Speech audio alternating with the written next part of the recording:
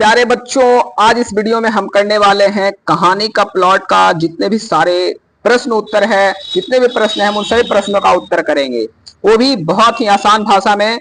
तो चलिए वीडियो को हम शुरू करते हैं और सबसे पहला प्रश्न देखते हैं बच्चों, है ना। पहला प्रश्न कहता है कि लेखक ने ऐसा यह क्यों कहा कि उसमें कहानी लिखने योग्य प्रतिभा नहीं है, जबकि यह कहानी श्रेष्ठ कहानियों में गिनी जाती है। बताइए दोस्तों, इसका सही उत्तर क्या होगा। देखिए, इसका सही उत्तर कहता है ना। देखिए, इसको लिखते जाइएगा कॉपी में। अगर इसका पीडीएफ आपको नोट्स चाहिए तो आप मुझे कमेंट कर सकते हैं, है ना। पीडीएफ नोट्स चाहिए तो देखिए इसका उत्तर क्या होगा। कहता है कि लेखक अत्यंत विनम्र स्वभाव के थे, वह अपनी प्रशंसा स्वयं करना उचित नहीं समझते थे। इसी विनम्रता के कारण उन्होंने कहा कि उसमें कहानी लिखने की विशेष प्रतिभा नहीं है, जबकि वास्तव में उसकी रचना उत्कृष्ट है ना। यही क्या हो जाएगा बच्चों, एकदम राइट आंसर हो जाएगा। और एग्जाम में अगर आप लिख देंगे तो 1 मार्क्स नहीं कटेंगे, आप टॉप कर सकते हैं। इसलिए अच्छे से ही करते चलिए सभी एक एक प्रश्न को। दूसरा प्रश्न कहता है बच्चों कि लेखक ने पात्र का नाम भगदोगनी ही क्यों रखा।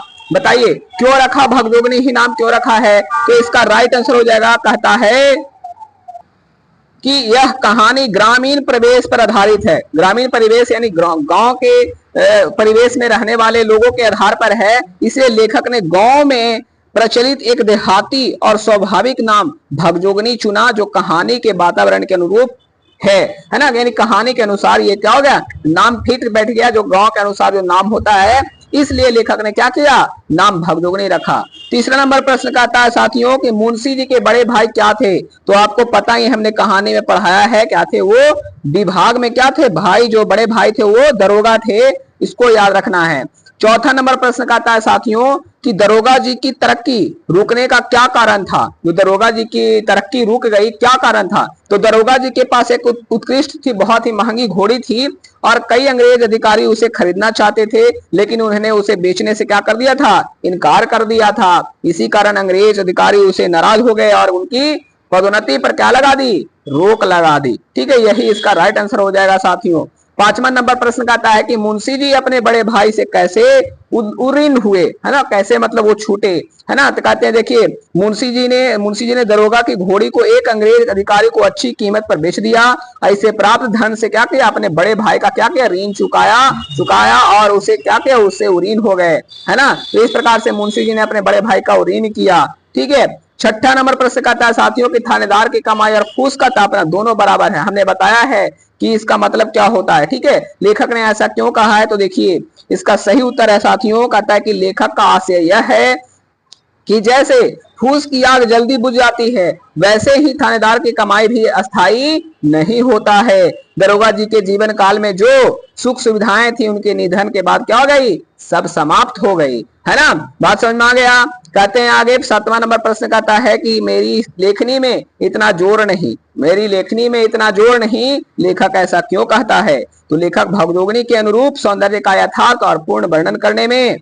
स्वयं को असमर्थ महसूस करता है। इसलिए वह कहता है कि उसकी लेखनी में इतना सामर्थ्य नहीं है कि उसके सौंदर्य को पूरी तरह क्या कर दे, व्यक्त कर दे, है ना। इसलिए ये जो प्रश्न है इंपॉर्टेंट है। 8वां नंबर प्रश्न कहता है साथियों कि भगदोगनी का सौंदर्य क्यों नहीं खिल सका। बताइए, बहुत ही अच्छा प्रश्न है ना, और एग्जाम में पूछने लायक भी है। भगदोगनी अनाथ और अत्यंत गरीब थी, है ना। गरीबी तथा अभाव के कारण उसे पर्याप्त भोजन और सुख सुविधाएं नहीं मिल सकी। ऐसे कठिन जीवन में उसका सौंदर्य रूप से क्या हो गया, विकसित नहीं हो पाया। अगर देखो जो गरीब होता है उसका देखो क्या करेगा बेचारा, खाएगा या कपड़े उड़ेगा, है ना। अगर वही देखो जो अमीर होता है वो किसी भी तरीके से कुछ भी पहन लो सुंदर दिखता है।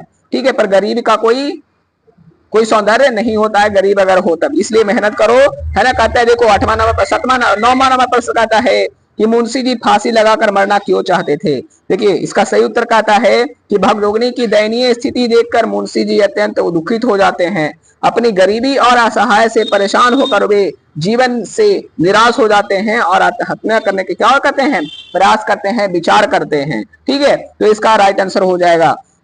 10वां नंबर प्रश्न कहता है साथियों कि भगजोगनी का दूसरा पति उसका सौतेला बेटा है। यह घटना समाज की किस बुराई की ओर संकेत करती है ना। देखिए यह घटना जो है बाल विवाह, अनमेल विवाह तथा स्त्रियों की सामाजिक व्यवस्था जैसी बुराइयों की ओर संकेत करती है। कम उम्र में वृद्ध व्यक्ति से विवाह होने के कारण भगजोगनी का जीवन दुखों से भर गया और उसे सामाजिक परिस्थितियों के कारण उसे ऐसे संबंध को स्वीकार करना पड़ा, है ना। यही क्या है, समाज की कुरीतियां हैं, बुराइयां हैं, है ना। आई होप आपको सारे प्रश्न समझ में आ गए होंगे। आशय स्पष्ट करना है, इसे आप जो है खुद से कर सकते हैं, है ना। आप इसे आराम से देख करके पॉज करके वीडियो को आप इसको नोट्स में कर सकते हो। ठीक है, बात समझ में आ गई है तो वीडियो को लाइक कर दीजिए, है ना। अब नेक्स्ट चैप्टर में हम नए प्रश्नों को करेंगे, नए चैप्टर को, दूसरे चैप्टर को। यहां तक ये पहला प्रश्न जो था इंपॉर्टेंट था, है ना। और इसका अगर पीडीएफ चाहिए साथियों तो मुझे आप